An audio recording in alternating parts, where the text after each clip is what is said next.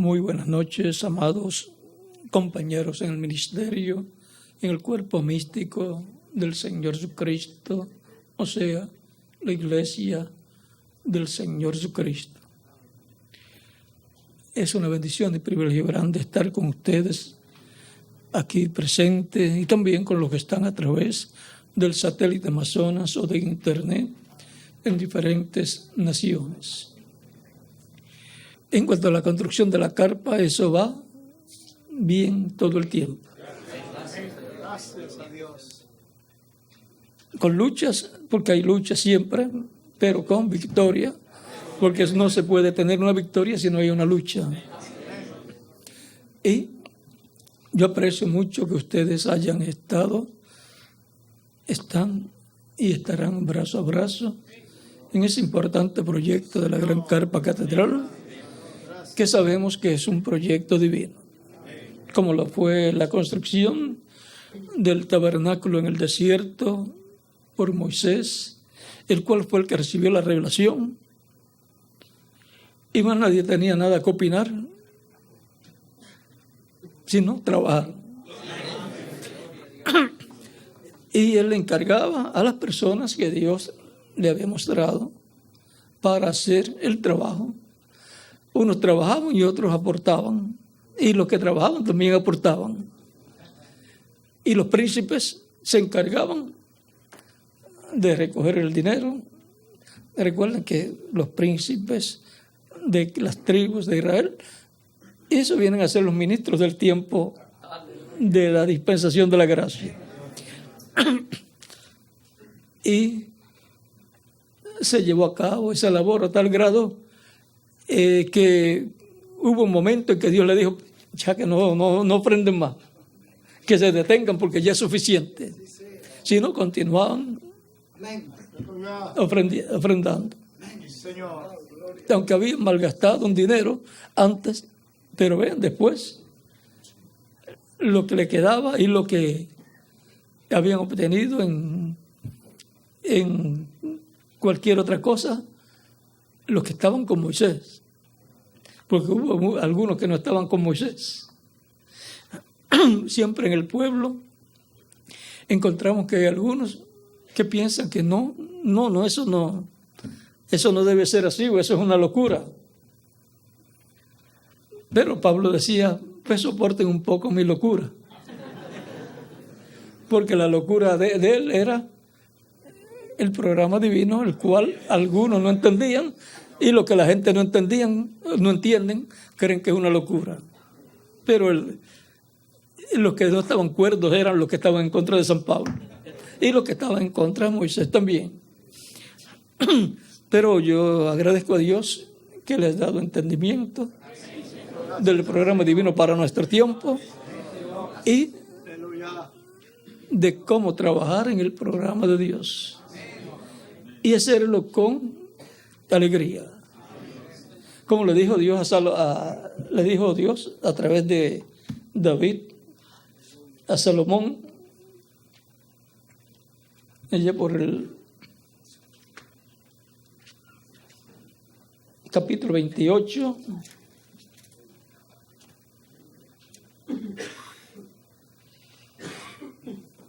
y capítulo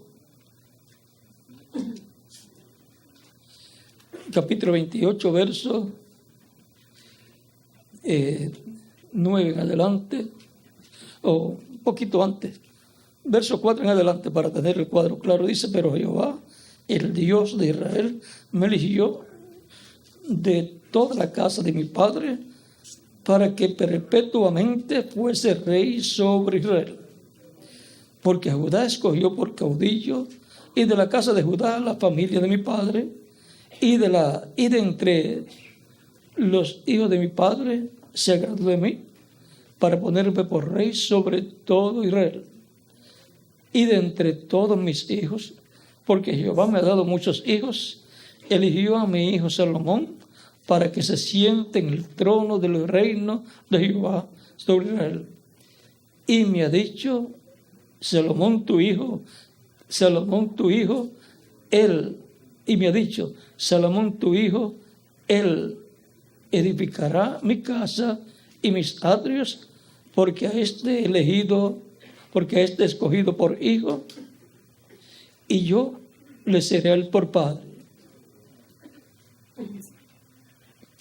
Eso lo lleva a Apocalipsis capítulo 21, verso 5 al 7. Pero vamos a seguir leyendo aquí, después lo vemos. Asimismo, yo confirmaré su reino para siempre.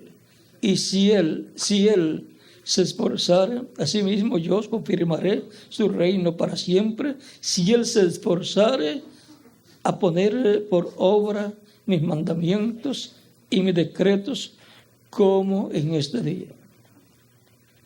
Ahora, pues, ante los ojos de todo Israel, congregación de Jehová, y en oídos de nuestro Dios, guardad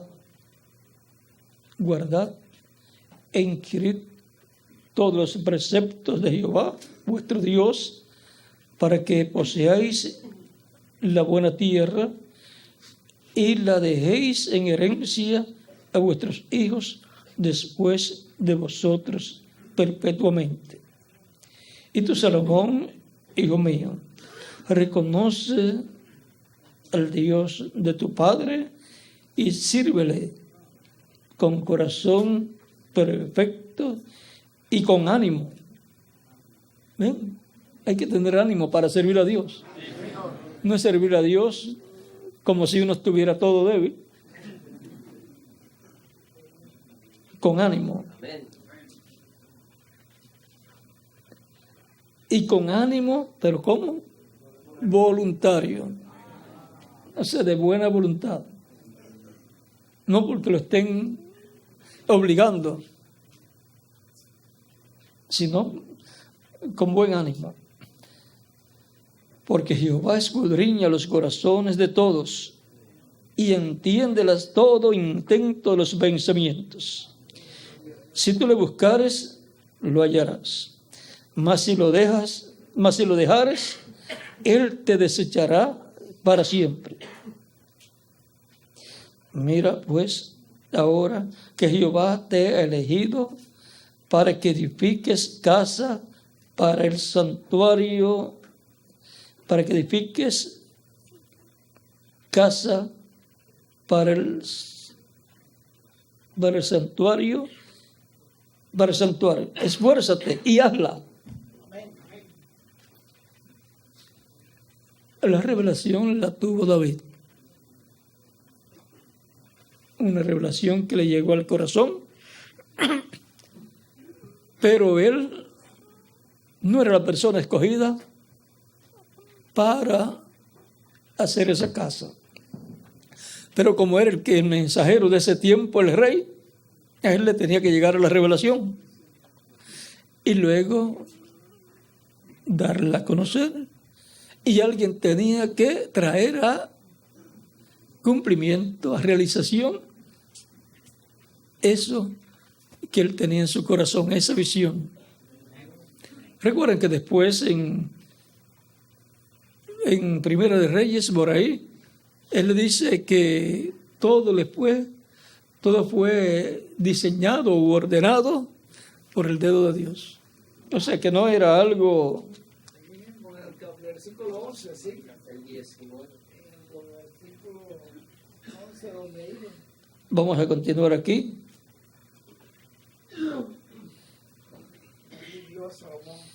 Y David dio a Salomón, su hijo, el plano del pórtico del templo y sus casas, sus tesorerías, sus aposentos, sus cámaras y la casa del propiciatorio.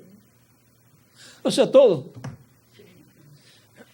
Y tenía que ser de acuerdo al plano que ya David le había dado a Salomón. ¿Recuerdan en el mensaje de los sellos? Ahí parece que es por ahí en Dios en Simplicidad. Página del 10 al 15. ahí hace la tipología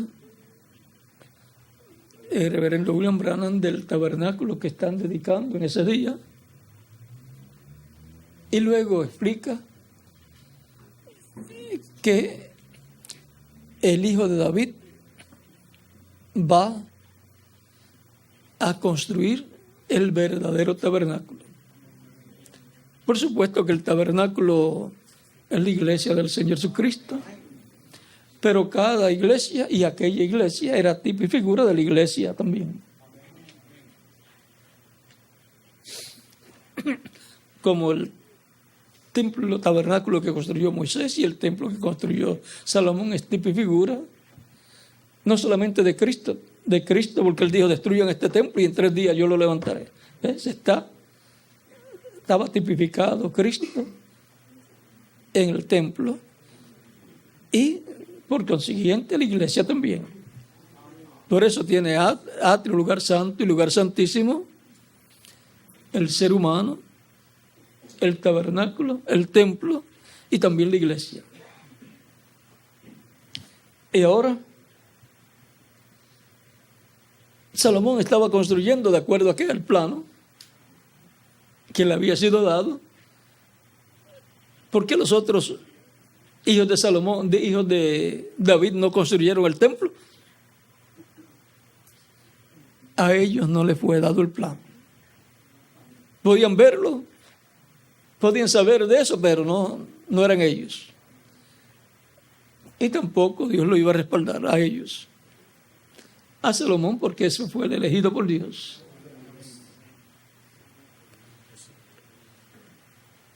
Aquí podríamos hablar mucho de esto, pero miren, ¿cómo le llamaría Dios a Salomón? A este escogido por hijo, y yo le seré él por padre. Le dice Dios a David, y David le dice eso a Salomón, porque fue Dios el que le dijo: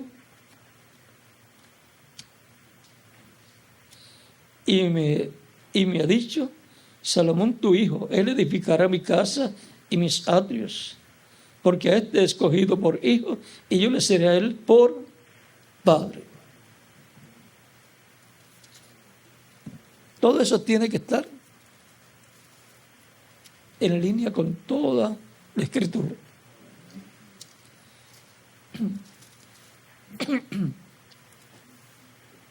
Hay hijos literales que vienen por la unión de un hombre y una mujer, pero esos son hijos temporales o temporeros, porque termina su tiempo aquí en la tierra y mueren. No vienen con vida eterna. Los hijos que vienen con vida eterna son los hijos de la unión del segundo Adán y la segunda Eva, de Cristo y su iglesia. Y Cristo dice: yo soy la raíz y el linaje de David. Y ahí no le quiero explicar mucho porque se abre el 7º sello mucho. Pero vamos a leer lo que le comprometí aquí. Capítulo 21, versos 5 al 7, que dice... el 7, vamos a leer solo.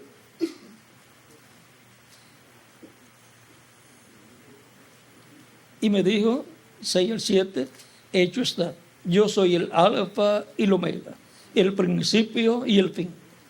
Al que tuviera sed, yo le daré gratuitamente de la fuente del agua de la vida. El que venciere heredará todas las cosas, y yo seré su Dios, y él será mi hijo. Vean, lo mismo que le había dicho Dios a David con relación a Salomón.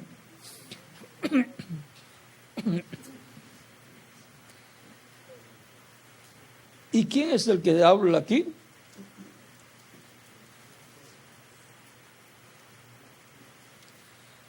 Si buscamos en el capítulo 2 y el capítulo 3, vamos a leer el capítulo 2, verso 7, para que sepamos quién es vamos a buscar un pasaje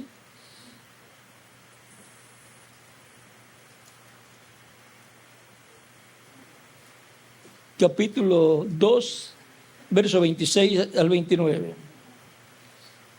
Al que venciere y guardare mis obras hasta el fin, yo le daré autoridad sobre las naciones. Para eso, pues, tiene la autoridad. ¿Dónde está? En el trono. El que está en el trono es el que tiene la autoridad, como el que está en la silla presidencial es el que tiene el poder en la nación. Siempre por el poder hay una lucha, una batalla. Las elecciones, y antes de las elecciones hay una batalla para que salga el candidato que el pueblo decida, el que le gusta al pueblo. Le puede gustar a uno por su apariencia, a otro por la forma en que habla y a otro por el programa que presenta. Son las tres cosas por las cuales quizás le puede gustar a una persona.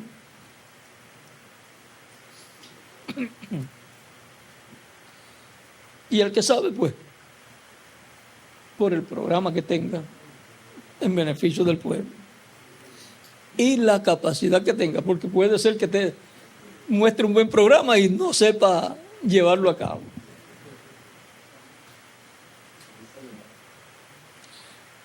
Por su capacidad, sería la otra. Ahora,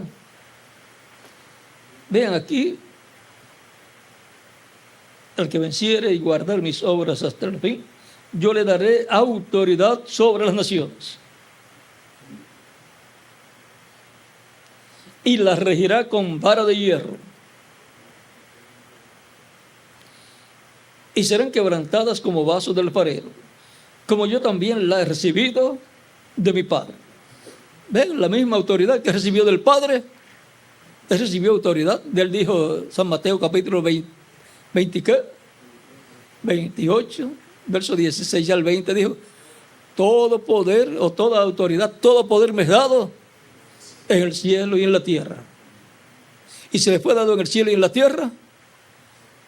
Él es el rey, el gobernante de los cielos y de la tierra, y por eso dice la Escritura que a él están sujetos autoridades, potestades, principados, todo está sujeto a él, a su gobierno, porque él heredó el trono celestial y por consiguiente el reino celestial.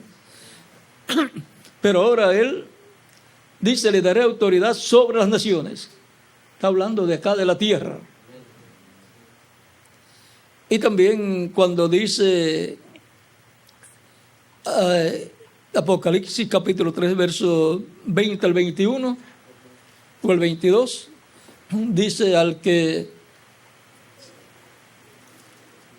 he aquí yo estoy a la puerta y llamo, si alguno oye mi voz y abre la puerta, entraré a él y cenaré con él y él conmigo. Eso para el tiempo de la tarde. Y eso es para el occidente, porque en el tiempo del occidente es el que tiene en la tarde. Por el occidente, o sea, por el oeste, es que se pone el sol. Por lo tanto, en la mañana donde estaba San Pablo, tendría que decir si era para él, desayunaré con él y él conmigo. Sí, Señor. Así es que uno tiene que saber los horarios, cuáles son los de desayuno. Desayuno es lo primero que uno en la mañanita. Ustedes dicen almuerzo, porque desayuno es otra cosa acá. En la mañana es desayuno. Para algunos sitios, otro desayuno no significa lo de 6 a 8 de la mañana.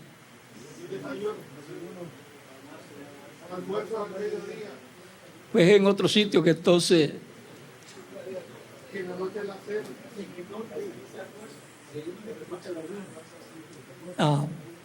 bueno,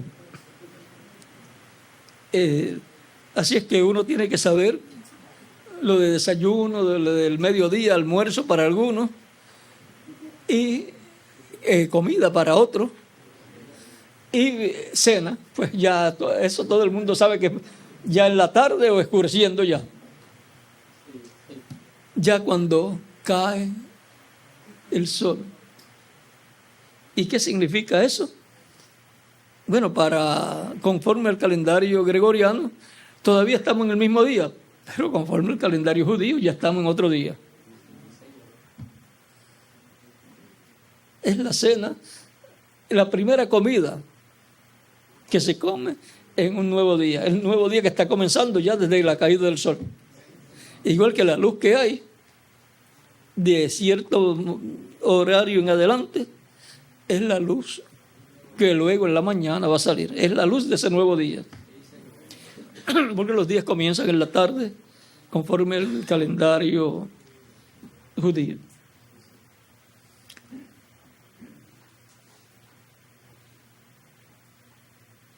Bueno, ahí ustedes pueden ver que Cristo, cuando habla, cenaré con él y él conmigo, ya está hablando de la comida, de un nuevo día, de su mensacional. La comida que luego que han pasado los diferentes horarios o edades, entonces hay una comida, una cena, y la cena es la más fuerte en la mayor parte de los países. Nosotros miramos la labor que cada uno hace en la obra del Señor, que eso es lo más valor que tiene, y el sentir con el cual lo hacen, la intención del corazón con la cual hacen las labores en el reino del Señor. Y el Señor eso es lo que va a juzgar. Eso se lo dice David a su hijo Salomón para la construcción del templo. Así que recuerden, ahora estamos nosotros en la construcción de un lugar que es muy importante en el programa divino. Y por lo tanto, estamos trabajando sobre buenas bases. Las bases no son las de concreto y que varilla, las bases son las de la palabra. Fue prometido y Dios lo tiene que cumplir, y tiene que tener un pueblo y ministros que lo crean. ¿Por qué otros no lo hacen? Porque no lo creen. Y no tienen la inspiración, la revelación para hacerlo. Pero Salomón la tenía.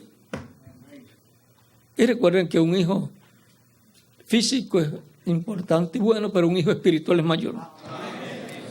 Los mensajeros, todos los mensajeros, sus hijos espirituales son los del cuerpo místico del Señor de su edad. El mensajero es el patriarca de su edad. Es como los 12 hijos de Jacob o de Israel. De ellos vinieron las tribus y ellos fueron las cabezas de tribu. Por eso tienen un trono, cada uno, 12 tronos para ellos. Y por esa causa van a estar en el reino de Dios en posiciones muy, pero que muy importantes. Ahora, en el cuerpo místico de Cristo encontramos la descendencia celestial, que es mayor y que es de un nivel celestial según el orden de Melquisedec, de la Jerusalén celestial y del templo celestial. Eso están sobre toda descendencia física de Abraham. Esos son real sacerdocio, son también reyes y sacerdotes, o sea, del real sacerdocio, no del sacerdocio temporero, sino del real sacerdocio del eterno, del celestial, y del Sión, la Sión celestial, que es la iglesia del Señor, la Jerusalén celestial, que es la iglesia del Señor. Todos pertenecen a ese pueblo celestial. Dice, la compañía de muchos millares de ángeles. A los primogénitos escritos en el cielo. ¿Ven? Ese pueblo celestial pasa por una etapa terrenal, pero son los que van a ser glorificados. Son del nivel de la realeza celestial. Y ahora, yo creo que ya descansaron, ¿verdad? Estaban sentados mucho rato. Pueden tomar asiento. El Señor Jesucristo en San Lucas capítulo 19, verso 11 en adelante, dice que un hombre noble fue a un país lejano para recibir un reino y volver. Cristo subió al cielo, recibió el reino celestial y luego en la apertura de los sellos, cuando el libro de los sellos sea entregado en su mano para abrirlo, lo cual será cuando haya completado su iglesia y haya terminado su labor de sumo sacerdote, entonces recibirá el poder, le será dado el poder y la gloria. Apocalipsis capítulo 5, vamos a ver.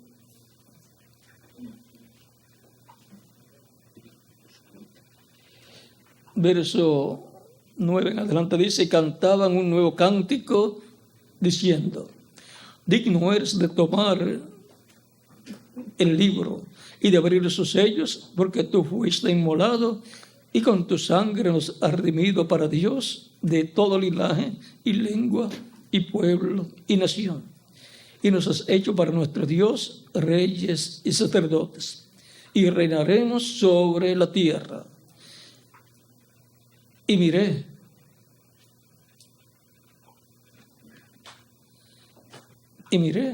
y oí la voz de muchos ángeles alrededor del trono, y de los seres vivientes, y de los ancianos, y de los ancianos.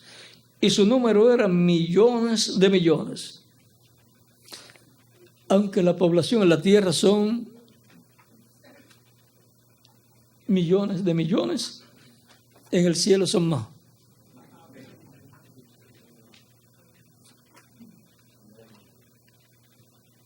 Y son eternos.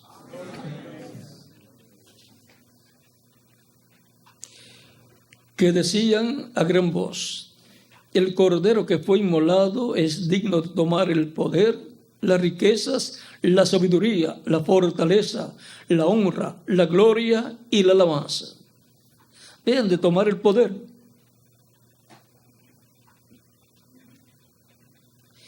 Y a todo lo creado que está en el cielo y sobre la tierra y debajo de la tierra y en el mar y a todas las cosas que en ellos hay, oí decir: al que está sentado en el trono y el cordero, sea la alabanza, la gloria, sea la alabanza, la honra, la gloria y el poder por los siglos de los siglos. Los cuatro seres vivientes decían amén. Y nosotros, como decimos, amén. Que así sea.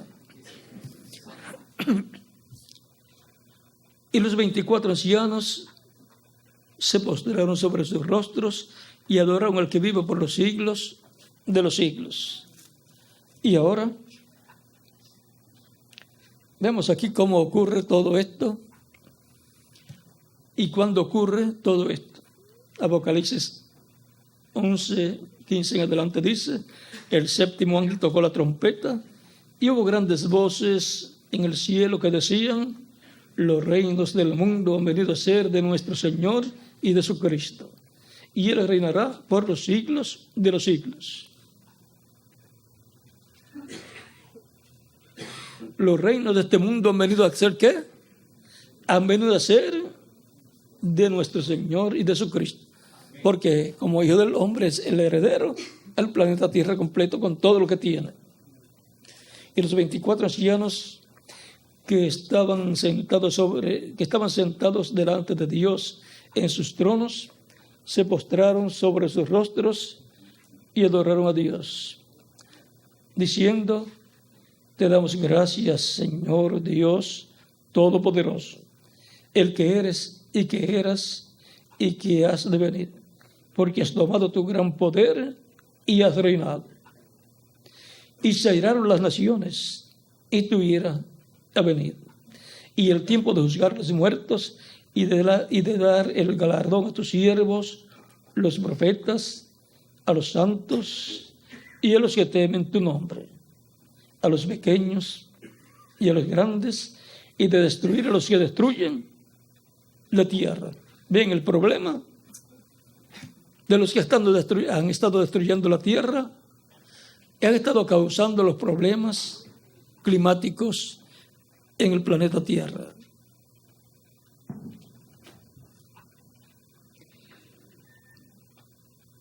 Y el templo de Dios fue abierto en el cielo, y el arca de su pacto se veía en el templo.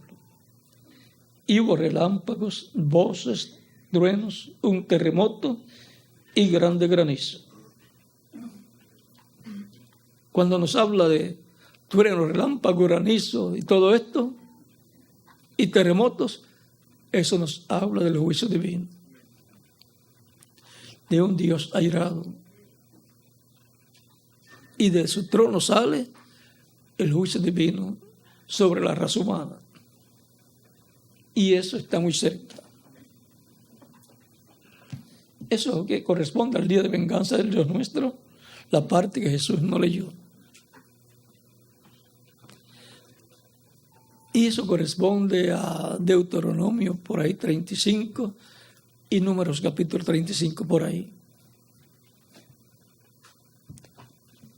Porque Dios vengará la sangre de sus santos, de su pueblo. Por eso es día de venganza del Dios nuestro. Dios estará como juez. La Escritura dice, San Pablo y San Pedro hablan de que Jesús, Dios lo ha puesto a Jesús como juez de los vivos y de los muertos. Y en el capítulo 6 del Apocalipsis, verso 12, en adelante dice, mire cuando abrió el sexto sello, y aquí hubo un gran terremoto, y el sol se puso negro como tela de silicio, y la luna se volvió toda como sangre, y las estrellas del cielo cayeron sobre la tierra, como la higuera deja caer sus higos cuando es sacudida por un fuerte viento.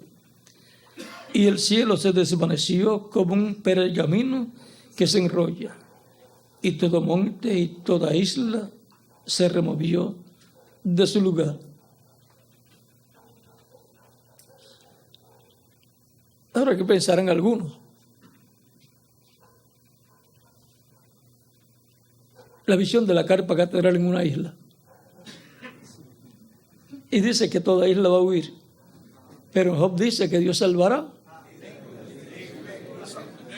la isla del inocente. Tiene que buscarlo en las versiones que lo diga, porque en otras versiones puede estar traducido en otra forma.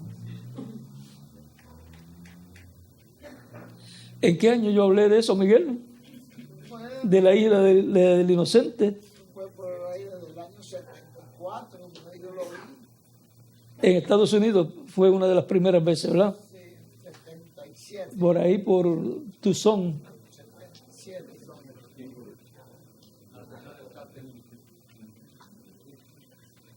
Ya lo había dicho en el 74, por ahí 75. Ya lo había hablado.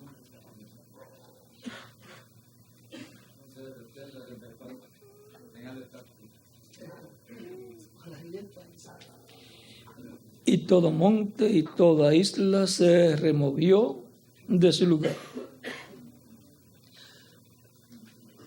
Ahora recuerdan que Jesús dijo que podréis decir a este monte, pásate de aquí al mar. Y aquí miren, todo monte y toda isla. Algo va a pasar. Y los reyes de la tierra y los grandes, los ricos, los capitanes, los poderosos y todo siervo y todo libre se escondieron en las cuevas y entre las peñas de los montes. Y decían a los montes y a las peñas: caed sobre nosotros y escondednos del rostro de aquel que está sentado sobre el trono y de la ira del Cordero, porque el gran día de su ira ha llegado. ¿Y quién podrá sostenerse en pie? Ahora vean esto que está aquí dicho. Y vean Apocalipsis capítulo 14, verso 6 al 7, lo que nos dice: vi volar por el medio del cielo a otro ángel que tenía el evangelio eterno para predicarlo a los moradores de la tierra, a toda nación, tribu, lengua y pueblo, diciendo a gran voz: temed a Dios y dadle gloria, porque la hora de su juicio ha llegado. Y adorad a aquel que hizo el cielo y la tierra, el mar y las fuentes de las aguas. La hora de su juicio es la hora de su ira, la hora de la ira del Cordero. El mensaje donde se predica el juicio divino en forma formal, basado en lo que está prometido, es en este tiempo final, porque es el tiempo donde se predica el evangelio del reino, el evangelio eterno, y ese mensajero viene con el evangelio eterno para predicar a los moradores de la tierra. Por lo tanto, tiene que estar en la tierra. Tiene que venir la tierra, ser enviado por Dios con ese mensaje del evangelio eterno, que es la gran voz de trompeta o trompeta final. Es la trompeta final de la cual habla primera de Pedro capítulo 15, versos 49 al 58, y primera de Tesalonicenses capítulo 4, versos 13 al 17, y Filipenses capítulo 3, verso 20 al 21. Su venida será para bendición de los que le esperan y le sirven. Será para su transformación, dice San Pablo, y para los muertos en Cristo, para la resurrección de ellos en cuerpos eternos, y para el mundo de juicio.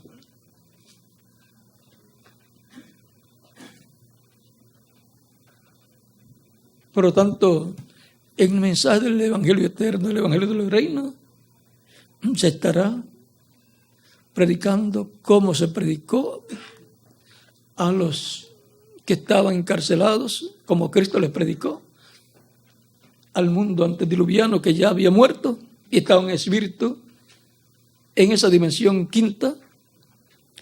Así el mensaje del evangelio eterno para el mundo estará dándole testimonio de lo que viene, de los juicios divinos. Ahí dice: porque a la hora de su juicio venido, de lo que le espera este mundo. Y se busca en la página 369 del libro de los sellos, van a encontrar ahí, no sé si alguno lo tiene, la página 369, y se las leo de una vez, el libro que termina en la 484.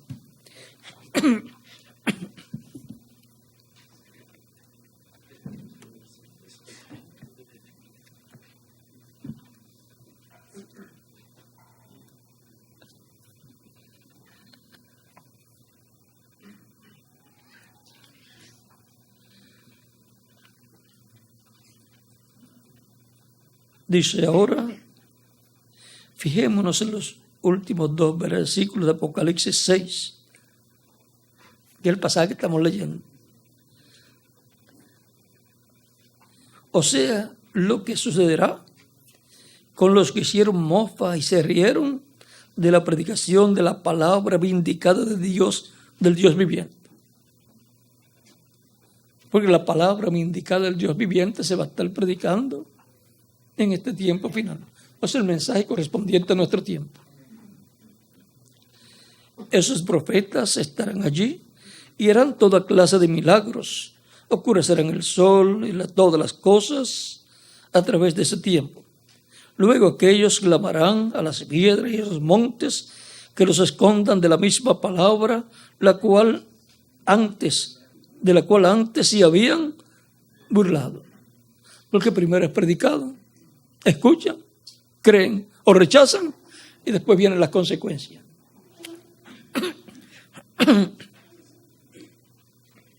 Porque ahora lo podían ver que venía.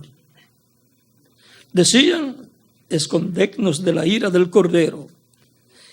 Él es la palabra. Ellos se habían burlado de la palabra y ahora allí estaba la palabra encarnada. Ellos habían mofado grandemente de esos profetas, pero ahora había venido la palabra encarnada. ¿Por qué no se arrepintieron? No pudieron. Ya era demasiado tarde. ¿Por qué?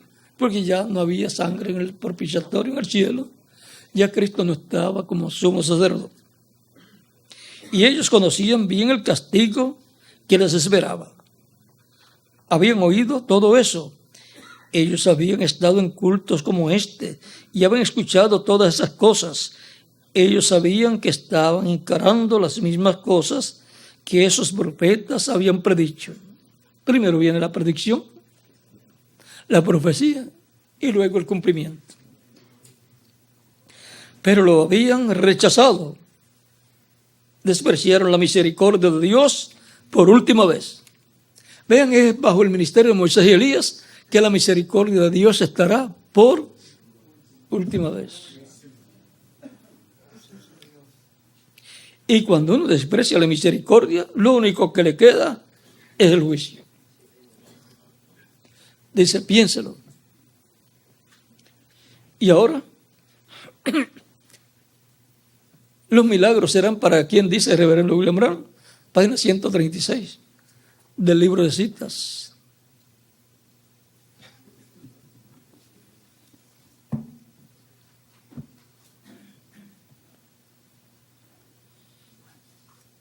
Dice que serán para Moisés y Elías. Ahí lo podemos dejar. Vamos a ver esto aquí. Gracias, Pedro. En la pregunta número 11, en pregunta y respuesta de los sellos, página 399, dice, pregunta, el Elías que ha de venir, el Elías que viene a predicar a los judíos, ¿es el verdadero Elías que estuvo en los días de Acab? ¿O será solamente el espíritu de Elías en otro hombre? O sea que tenía un cuadro, esta persona que hace la pregunta, en donde él no se inclinaba ni a un lado ni a otro, sino que quería saber. Porque él sabía que podía ser un hombre del tiempo en que se cumple esa profecía. Luego en la contestación, vamos a leer una parte aquí. Yo he pensado que ser un hombre de este tiempo ungido con ese espíritu. Así lo pensaba él y creía él.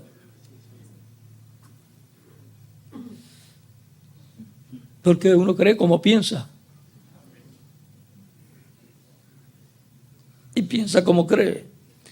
Porque allá cuando Elías ya había subido y Eliseo se encontró con los hijos de los profetas, ellos dijeron, el espíritu de Elías reposó sobre Eliseo. Es que Eliseo obró igual a Elías. Y él basa su forma de entender que ser un hombre de este tiempo, dice él, basado en que cuando el espíritu de Elías vino de nuevo, fue en Eliseo. Él pidió una doble porción. Y esa doble porción de Eliseo tipifica la doble porción ministerial de Moisés y Elías. Es como, recuerden que Elías recibió la orden de ir a ungir a Asael por rey de Siria, a Jehú por rey de Israel, y a Eliseo por profeta en su lugar. Eliseo fue el último que mencionó Dios, ¿verdad? Y fue el primero que encontró a Elías. Y después no fue ungir a Asael y tampoco fue ungir a Jehú. Asael creo que sí se encontró con Asael. Con Asael me parece que sí. Búscamelo. Porque con el único que se encontró fue con Eliseo. ¿Quién? Elías, no dijo Elías, Eliseo con Asael. Ah, sí, ahora sí está mejor. Sabe defenderse bien.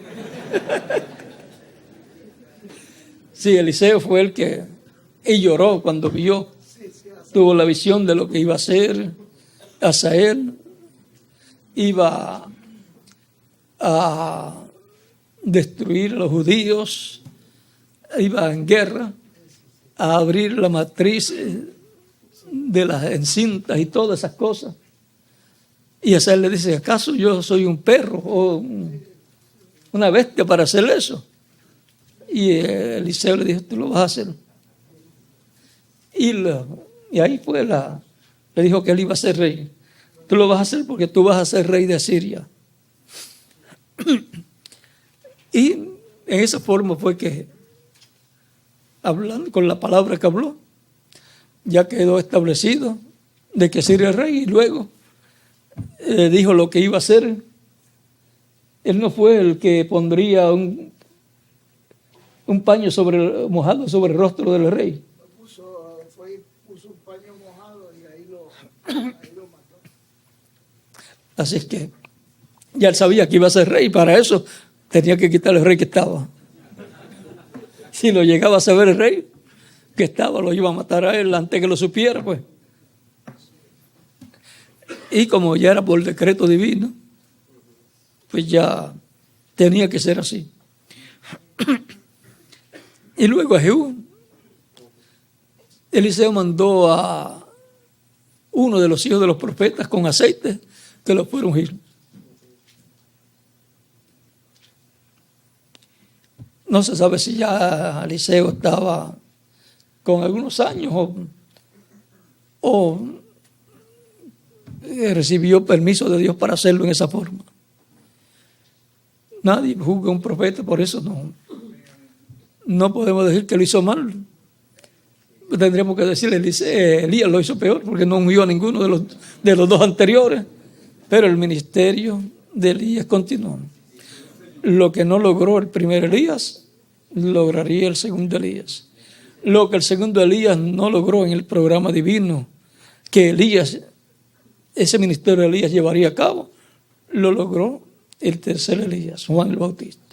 Lo que no logró el tercer Elías en cumplir todo lo que Elías haría, lo logró el cuarto Elías. Y lo que no logró el cuarto Elías, que él vio que iba a ser hecho, lo logrará el ministerio del quinto Elías.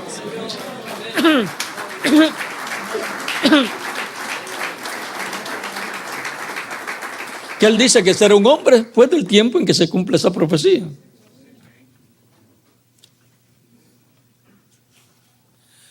Algunos piensan que es el mismo cuarto Elías. Pero vamos a ver qué él piensa. Página 408,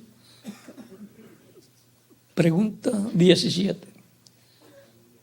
Hermano Branham, es el espíritu, es el séptimo ángel con el espíritu de Elías, el mismo Elías enviado a los 144,000 judíos durante los 3 años y medio de la tribulación después del rapto. Algunos estamos enredados con esta enseñanza. Quizás todavía algunos estén enredados.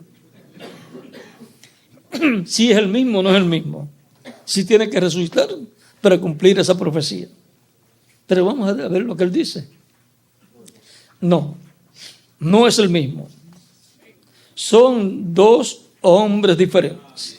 El cuarto Elías y el quinto Elías son 2 hombres diferentes. Si tuviera que venir, resucitar para cumplir eso, sería el mismo hombre, no dos hombres diferentes. Eliseo, que vino en la forma o lugar de Elías, no fue Elías. Y cuando el espíritu de Elías se vino sobre un hombre llamado Juan el Bautista, tampoco fue Elías. Y el hombre, el séptimo ángel, el mensajero enviado al final de la edad de la Odisea, no será Elías literal, será más bien un gentil a su pueblo. Entonces el espíritu de Elías, viniendo en esta ocasión a esta gente, o sea, los judíos, será un judío, porque siempre uno es enviado a su propio pueblo. Esa es mi revelación. Y ahí lo sella bien. Esa es su revelación. No será el mismo cuarto Elías. Aunque resucite, no podrá ser él. Y por cuanto la visión de la carpa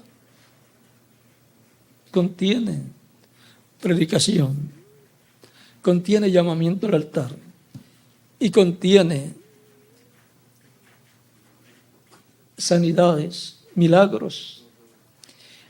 Y el reverendo William Branham dice que los milagros, eso es para Moisés y Elías. El cumplimiento de la visión de la carpa será para los ministerios de Moisés y Elías. Más claro, no lo podemos explicar. ¿Por qué no lo podrá hacer ningún otro grupo? Porque solamente habrá un grupo que sabrá que esos ministerios van a estar con ellos.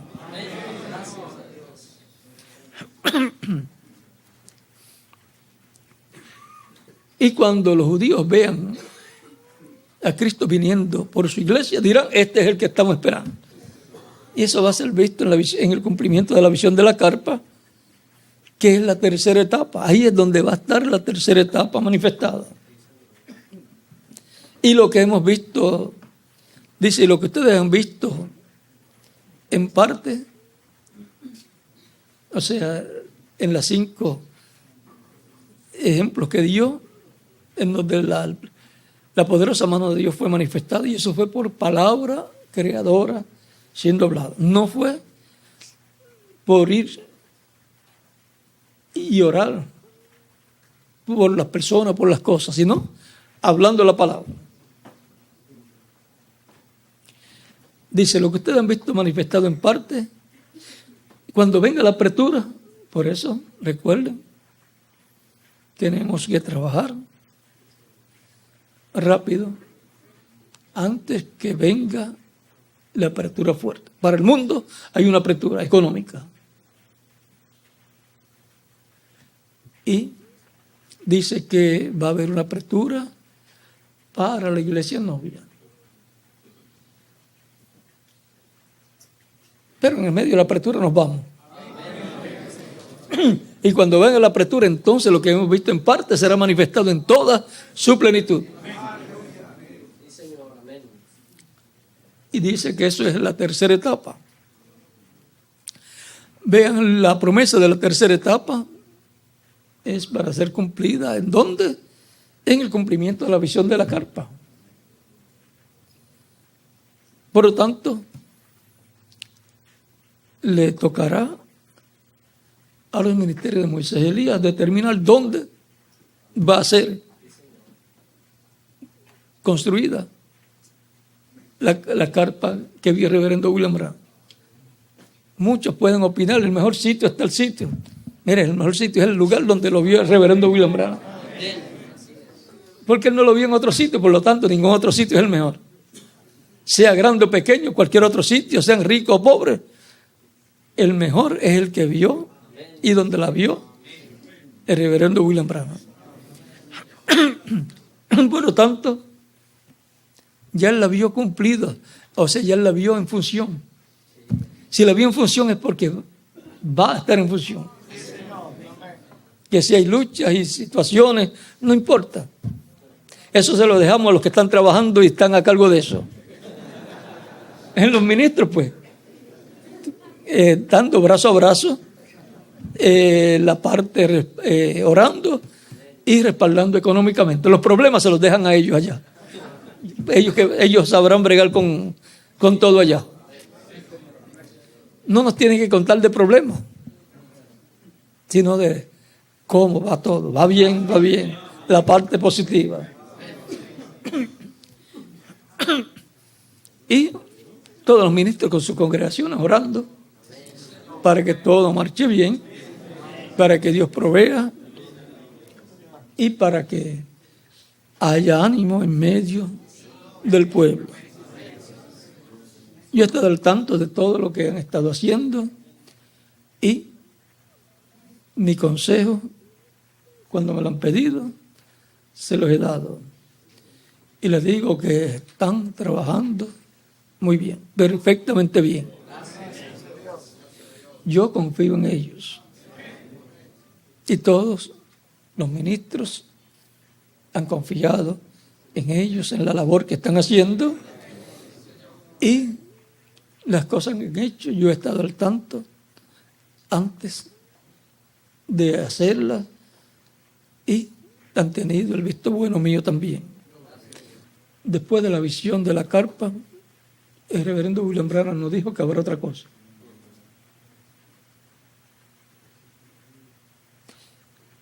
En el cumplimiento de la visión de la carpa será donde la gloria de Dios será manifestada en toda su plenitud. Así es que ahora nos toca trabajar, después nos toca ver lo que estará Dios haciendo en lo que le tengamos a Él, conforme a lo que fue mostrado. No puede ser cumplimiento de la visión de la carpa para la séptima edad, porque ya su tiempo pasó. Tampoco para la brecha entre la séptima edad y la edad de la piedra angular, porque ya el tiempo del ministerio del cuarto Elías terminó. Siempre que parte el mensajero de edad, terminó el ministerio de ese mensajero. Y si va a haber un ministerio llamado por el mismo nombre del mensajero anterior, será en otro hombre. Así es que ya podemos ver a qué está conectada la visión de la carpa. Está conectada al ministerio del día postrero, que estará como el quinto Elías. Ahí se cumplirá el ministerio también de Moisés y el ministerio de Jesús. Ahí estará en cumplimiento de la visión de la carpa, la columna de fuego que libertó al pueblo hebreo, que le habló a Moisés. Ahí estará el ángel del pacto.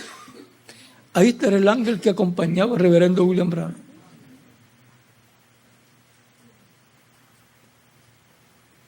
Y ahí él va a venir también.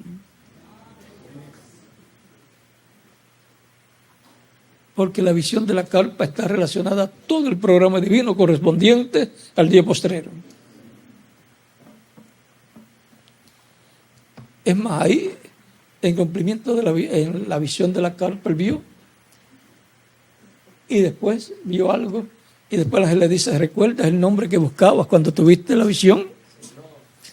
Hay un nombre ahí. Y no puede ser el otro, sino el nombre eterno de Dios, de la ciudad de nuestro Dios y nombre nuevo del Señor. Así es que algo grande está por acontecer. Pero como leyó el reverendo José Benjamín Pérez, la página 467 por ahí, 66 a 69. Dice: si puedo recibir la revelación y quedarme callado, recuerden la causa por la cual no se explica mucho. Y algunas veces pienso que he explicado más de lo que debía explicar. Y por eso pues pueden surgir algunas dificultades y el enemigo tratar de cerrarnos el paso de estorbar la labor que tenemos que hacer en este tiempo final. Y también imitaciones, para que al cumplirse plenamente lo que está prometido digan, eso es igual a aquello otro,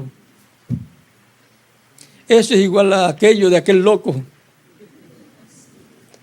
Para que lo comparen así, el enemigo pues trata de adelantarse y de pervertir lo que Dios va a hacer una perversión primero, y las perversiones pues siempre fallan. Y entonces le dirán, mira, es lo mismo que trató de hacer Teudas y Judas, que vinieron primero que Jesús. Así es que van a surgir en el mismo tiempo del reverendo William Branham, hubo imitaciones de su ministerio. Él mostró la señal en la mano y después muchos aparecían diciendo algo parecido. Por lo tanto, hay cosas que se dejan tranquilitas, pero que usted se da cuenta y también las deja tranquilitas para que toda la labor siga hacia adelante, y cuando se cumpla todo, pues ya entonces todo el mundo verá y se habrá evitado que el enemigo no estorbe el trabajo que se está haciendo. Por eso ustedes ven que yo trato de no explicar muchas cosas, aunque las sepa, las dejo quietecitas, y algunas veces pues hasta veo o sé de personas que quizás o no entienden o no concuerdan con las cosas, pero tampoco me pongo a luchar con ellos para que no se forme una discusión o una enemistad. Pero al final ya veremos el cumplimiento de todo, y los que estuvieron respaldando brazo a brazo todo el programa de Dios, Dios los recompensará. Los que fueron estorbo, ya Dios verá qué va a hacer con ellos. Recuerden que los que fueron de estorbo en el tiempo de Moisés, Dios se encargó de ellos. Siempre los que son de estorbo son personas que no quieren que se cumpla el programa divino. Así Dios los mirará siempre. Y como Dios los va a mirar así, uno no puede hacer nada. Recuerden que lo de Ananías y Zafira se va a cumplir también.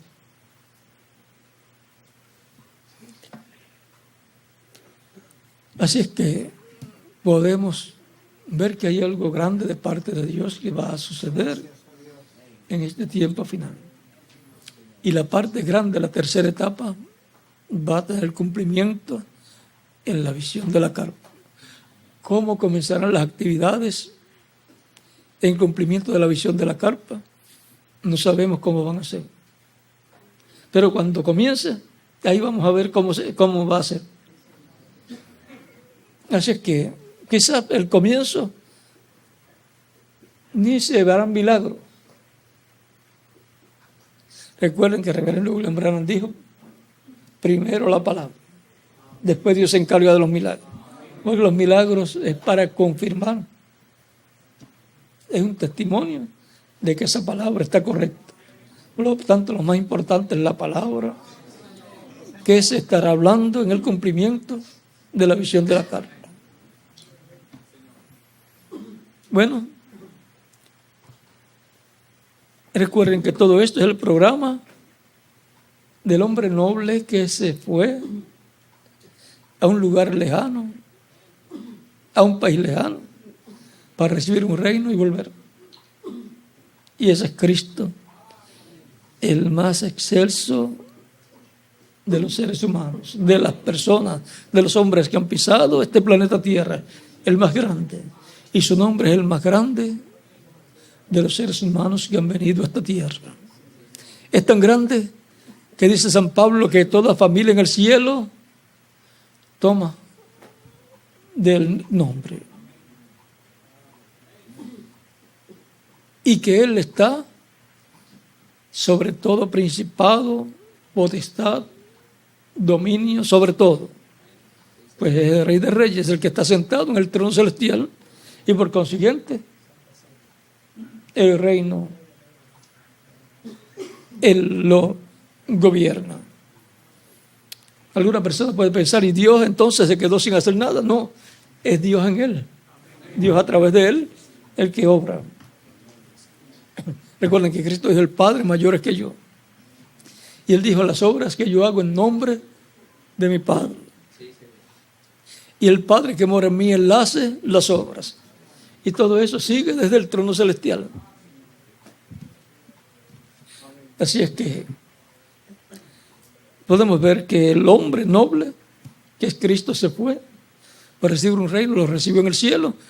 Y luego cuando recibe el libro de los sellos, luego de la obra de intercesión, entonces está recibiendo todos los derechos del reino terrenal para que todos los reinos del mundo vengan a ser de Él. Y Él va a decidir cómo Él va a administrar ese reino. Van a estar los apóstoles en 12 tronos, van a estar los mensajeros también, y con los gentiles, y va a estar con Él también. Dice, al que venciere yo le daré que se siente conmigo en mi trono, así como yo he vencido y me he sentado con mi Padre en su trono. O sea que va a haber una administración importante en ese reino.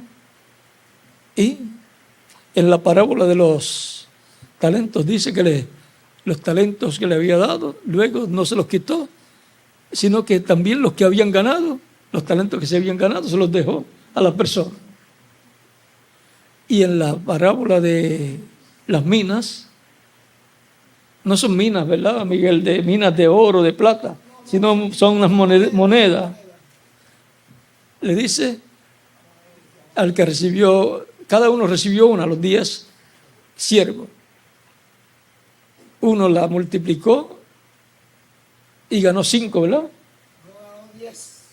Uno ganó 10, uno...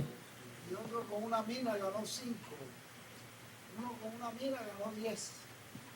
Y pusieron sobre 10 ciudades.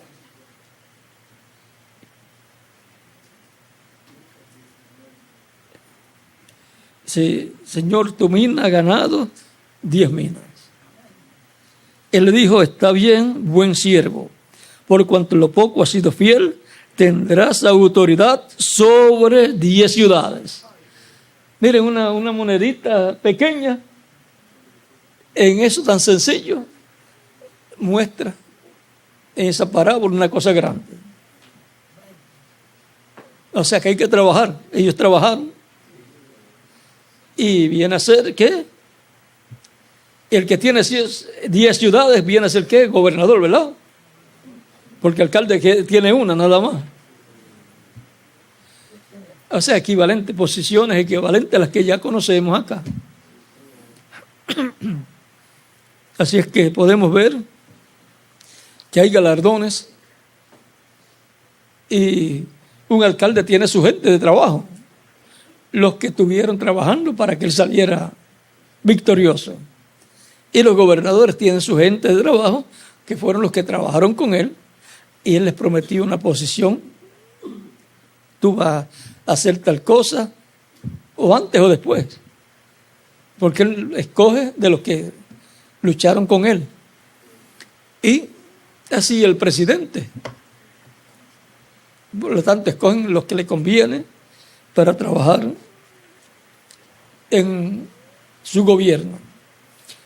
Y así Cristo va a hacer con los ministros a través de todas sus etapas, y los mensajeros, que son las cabezas de todo el cuerpo ministerial de cada edad y también de todos los grupos creyentes de cada edad. Porque el mensaje es dado al mensajero, el mensajero lo predica y se unen a él personas que vienen a ser líderes, trabajan con ese mensaje y Dios llama a los escogidos de esa edad. Y por consiguiente, el patriarca de esa edad es el mensajero de esa edad. Es su grupo. Por eso cuando el reverendo William Branham estuvo en el paraíso, él no vio el grupo de Wesley, ni de Lutero, ni de San Pablo. Él vio su grupo. Vamos a pensar y a decir que ahí en la sexta dimensión está el país de San Pablo, el país de Ireneo, de Martín de Colombo, de Lutero, de Wesley. Si acá en la tierra hay tantos países, en la sexta dimensión eso no tiene límites, hay espacio de más. Así que si damos una visita por él y nos preguntan a qué territorio quieres ir, quieres dar un recorrido por todos los países de los diferentes mensajeros, podríamos darlo. Recuerden que el reverendo William Branham, los que estaban allá, vean, allá no hay limitación de conocimiento. Ellos conocían qué iba a hacer en esos días, qué iba a hacer más adelante. Y él quiere ver a Jesús y le dicen, no, ahora no lo puedes ver. Él está más arriba, o sea, en la séptima dimensión. Pero él va a venir acá. Y cuando venga te va a juzgar. Y como que las ganas de ver a Jesús ahora como que está asustado. Y él te va a juzgar. Y si tú sales bien, nosotros regresaremos contigo a la tierra. Y le dicen, lo animan. Le dicen, sabemos que va a ser así. O sea, porque ya hay un programa y ellos conocían el programa. Así va a ser para los diferentes mensajeros de cada edad. Para la resurrección. Así es que vamos a quedar quietos los de nosotros acá.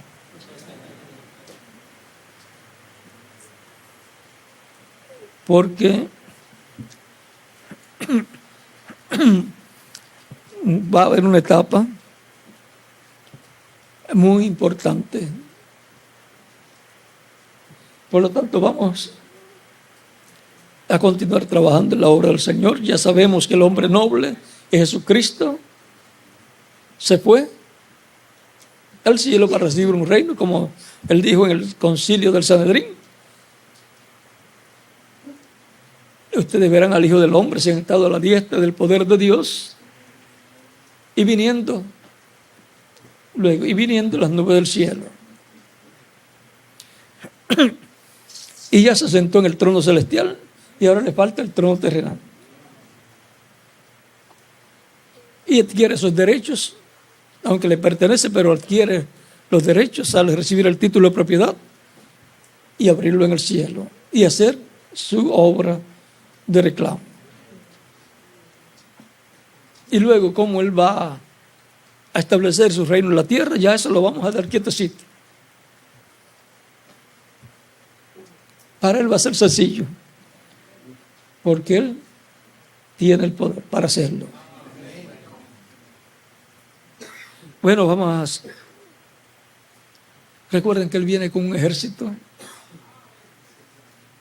en caballos blancos. Apocalipsis 19.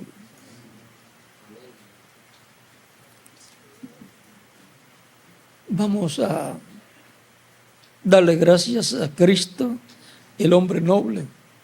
¿Por qué es el hombre noble? Es el príncipe del cielo, del reino celestial. Es el heredero al reino celestial. Porque el Hijo es el heredero del reino celestial. Jesucristo, el Hijo de Dios. Y como hijo de David, es el heredero al trono de David. Por eso tenía que nacer a través de la descendencia de David. La Virgen María era descendiente del rey David por la línea de Natán, y José era descendiente del rey David por la línea de Salomón. Y como José adoptó a Jesús como hijo suyo, entonces todos los derechos de José, que es un príncipe también, y María una princesa, descendiente del rey David, vean ustedes, él obtiene todos esos derechos. Por eso él dice: yo soy la raíz y el linaje de David, la estrella resplandeciente de la mañana. Raíz y linaje de David. Recuerden que la raíz y linaje de David es quien hereda el trono. Vamos a dar ese séptimo sello quietecito ahí, porque cuando se abra al público viene un enfrentamiento, una batalla espiritual o religiosa. Siempre que se abre un sello, sucede eso. Cuando suena una trompeta, eso es un disturbio político, una guerra. Y ya cuando una plaga es derramada, ya es el juicio cayendo ahí. Y vamos a dejar eso quietecito, porque esas son cosas que corresponden al cumplimiento de la visión de la carpa. Recuerden el reverendo William Branham que decía: quiero tener la carpa, porque quiero predicar las copas y las trompetas, las copas y las plagas. Pues las plagas están en las copas. Eso es un paralelo de las 7 edades y los 7 sellos.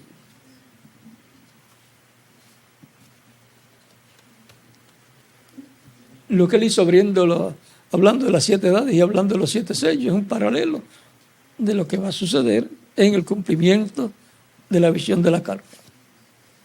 Y fue Elías el misterio de Elías el que le tocó eso. Y le va a tocar el 7º sello también.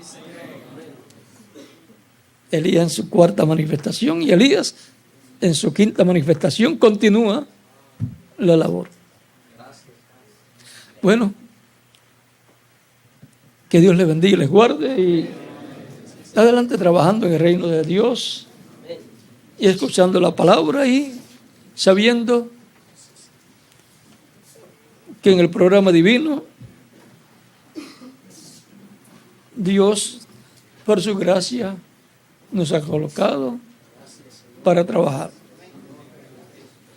Y es una bendición, y fue por elección divina que nosotros entendamos el programa de Dios para nuestro tiempo.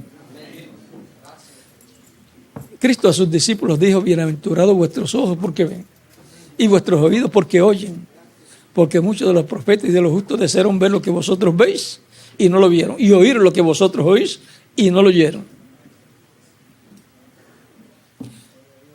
Que Dios les bendiga y les guarde, y dejo por aquí nuevamente al reverendo misionero Miguel Bermúdez Marín para que concluya nuestra parte en esta ocasión. Dios les bendiga y les guarde y les use grandemente en su obra en este tiempo final. Y que ya lo más pronto posible tengamos ese proyecto de la gran carpa catedral en pie. Vean el esfuerzo que cada uno haga, va a indicar el deseo que tiene de que esté en pie esa carpa catedral.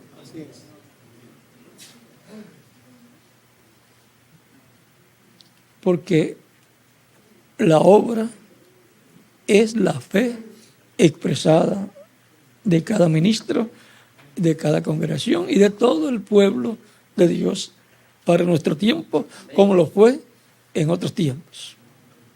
Y fe es revelación. Todo depende de la revelación que la persona tenga, el ministro tenga y su grupo tenga. Si el ministro no tiene una revelación, la revelación del programa de Dios y lo que se debe hacer, pues tampoco su congregación va a ser alimentada su congregación con la revelación del programa de Dios, de lo que se debe estar haciendo, porque si el ministro no la tiene, no se la va a transmitir a ellos. No los va a animar para que trabajen en el proyecto que Dios tenga. Bueno, que Dios les bendiga y les guarde y les use siempre grandemente en su obra en este tiempo final. Recuerden que el proyecto divino en el cual Dios coronará su programa con su iglesia se culminará en una gran carpa catedral. Que Dios bendiga y recompense a todos los que estén trabajando en el proyecto de Dios correspondiente a este tiempo final. Ese será el proyecto que tendrá preeminencia para los ministros y sus congregaciones. Dios les bendiga y les guarde y continúen pasando una noche feliz llena de las bendiciones de Cristo, nuestro Salvador.